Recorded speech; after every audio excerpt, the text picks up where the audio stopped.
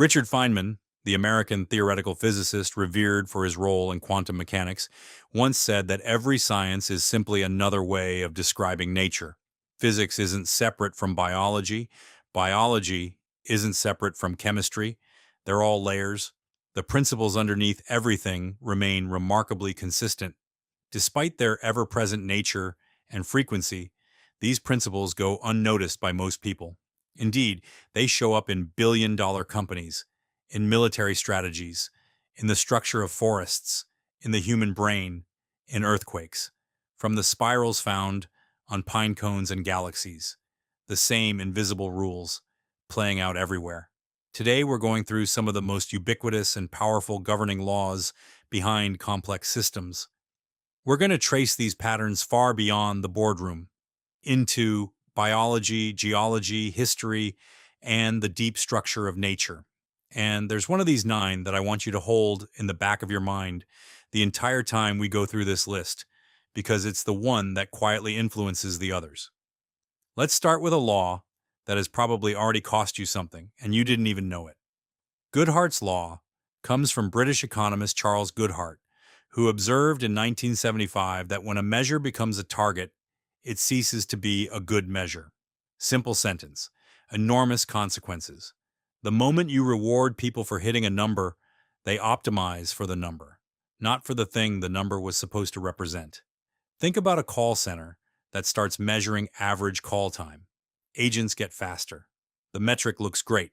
A call center measured on average call duration will find agents rushing customers off the phone. A school measured on standardized test scores will teach to the test. A hospital measured on mortality rates will avoid taking on the sickest patients. In every single case, the metric was chosen because it pointed at something real.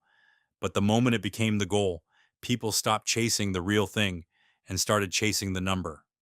This one goes much further than business, though. A Soviet nail factory was famously given a target for the number of nails and proceeded to create miniature, useless nails. Then, when the target was shifted to weight, the factory delivered oversized, useless nails. Same problem, different costume. And now consider AI. Reward hacking in reinforcement learning is one of the clearest examples.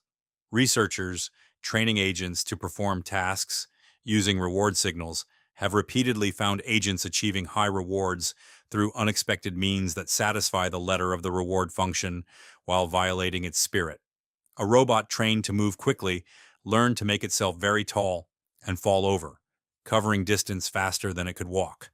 A simulated boat racing agent learned to drive in circles, collecting bonuses rather than completing the race. These aren't bugs. They aren't failures of implementation. They're Goodhart's law operating exactly as predicted.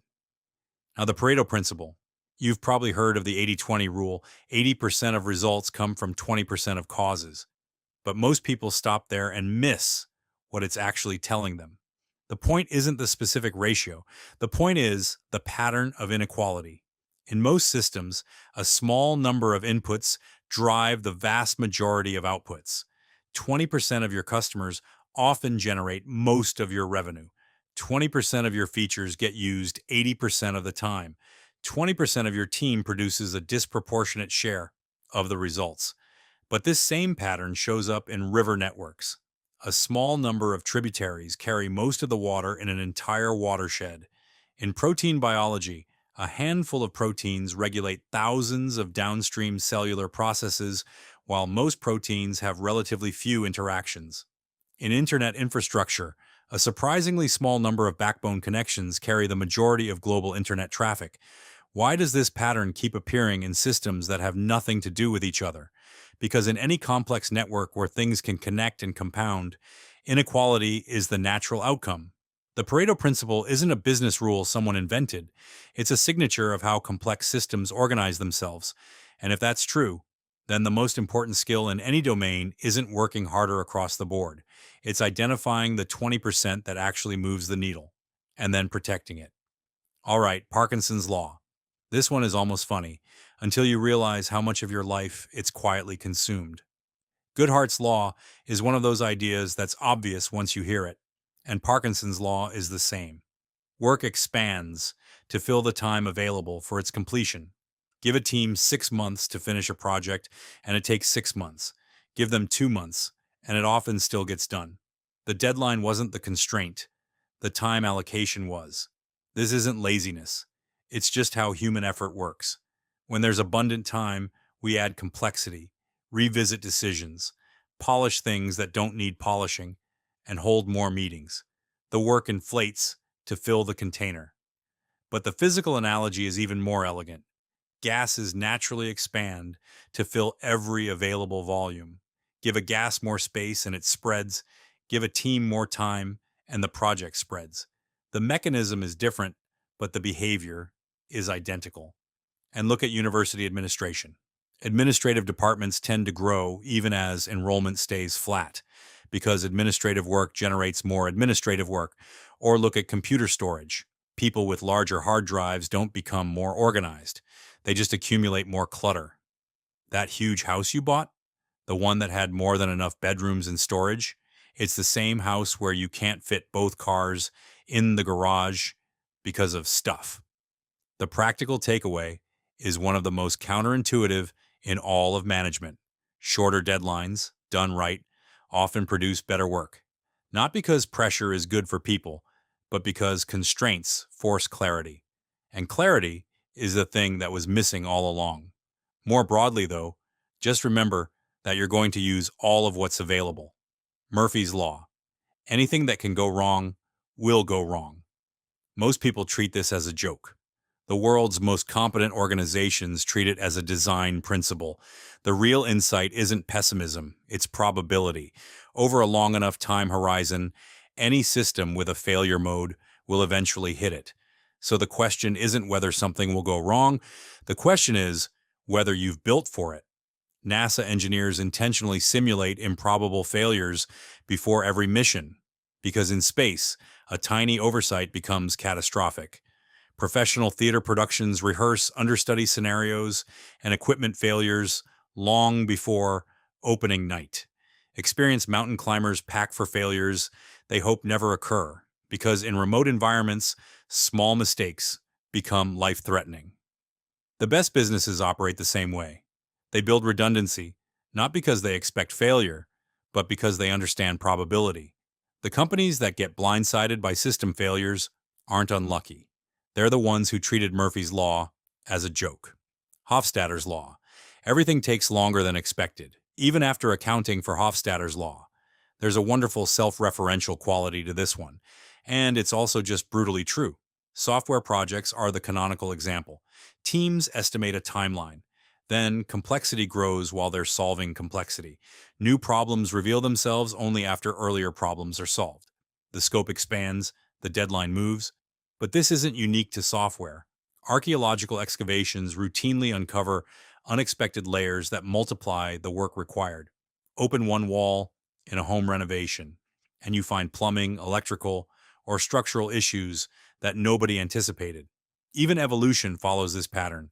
Complex adaptations often require many intermediate changes, making evolutionary solutions slower than they appear in hindsight. The reason Hofstadter's law is so persistent is that human beings are systematically bad at imagining second-order problems. We plan for the task we can see, not for the tasks that the task will reveal. The fix isn't to add a buffer and call it done. It's to build systems that expect discovery and give yourself room to respond to what you find. We're halfway through, and I want to remind you of the thing I mentioned at the top, the one law that quietly explains the others. We're getting there. But first, two more that work like a pair. Hanlon's razor. Never attribute to malice what can be adequately explained by incompetence or error. This one sounds simple, and it is. But the number of decisions it would change if people actually applied it is staggering. Most customer service failures aren't caused by uncaring employees. They're caused by broken systems that nobody fixed.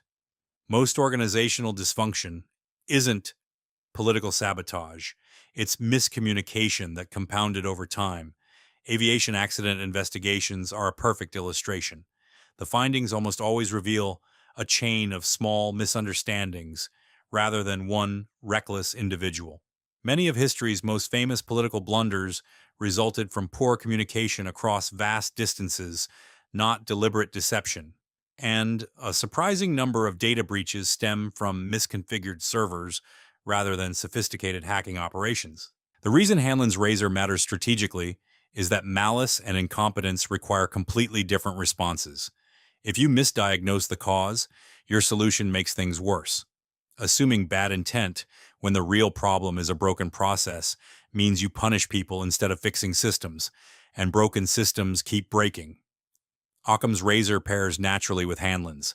When multiple explanations fit the evidence, start with the simplest adequate one. Not because the simplest explanation is always right, but because unnecessary complexity is expensive. It costs time, attention, and resources you can't get back. Wildlife biologists start by identifying the most common species before considering rare ones when reading animal tracks. Mechanical engineers know that a broken machine is statistically far more likely to have one failed component than six simultaneous failures. Physicians look for one condition that explains multiple symptoms before assuming several unrelated illnesses. The business version is just as clean. The most successful startups usually solve one problem extremely well before expanding. The ones that fail often try to solve five problems at once, build elaborate explanations for why their product is different, and add complexity where simplicity would have won.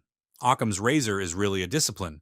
It's the habit of asking, what's the simplest explanation that fits all the facts? And then resisting the urge to add more until you've actually tested that one first.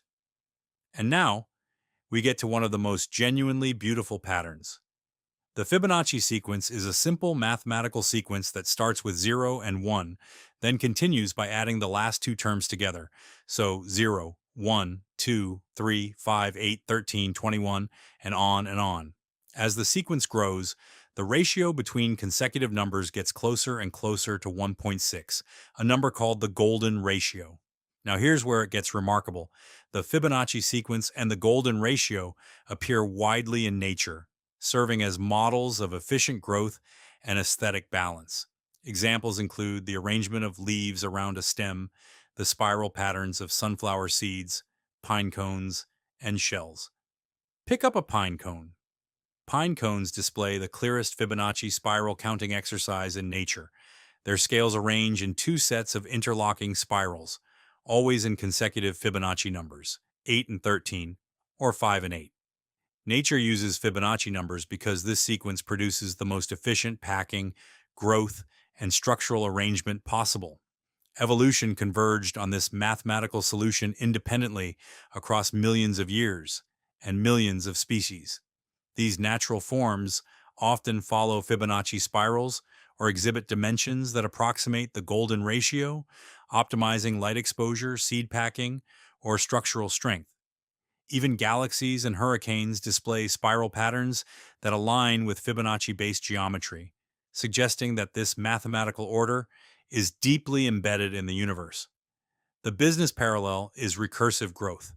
Each new customer creates word of mouth that creates more customers. Each product generates cash flow that funds the next product. Each hire builds capability that enables the next hire. The growth isn't linear, it's additive in the Fibonacci sense, where each new stage is built on the sum of what came before. The companies that grow this way don't just scale, they compound. Now, we get to the Matthew effect. And this is the one I told you to hold in the back of your mind, because once you see what it does, you start recognizing it in almost everything we've already covered. The Matthew effect is a sociological theory suggesting that those who possess advantages or resources tend to accumulate even more, while those with fewer resources fall further behind. It was coined by sociologist Robert K. Merton in 1968. The name comes from a parable in the biblical book of Matthew. For whoever has, to him more will be given, and he will have abundance.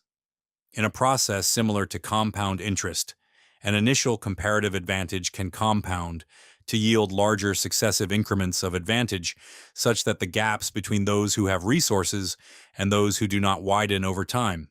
In business, the companies with the largest customer bases attract more developers, more investors, more talent, and more media attention, which makes them even larger.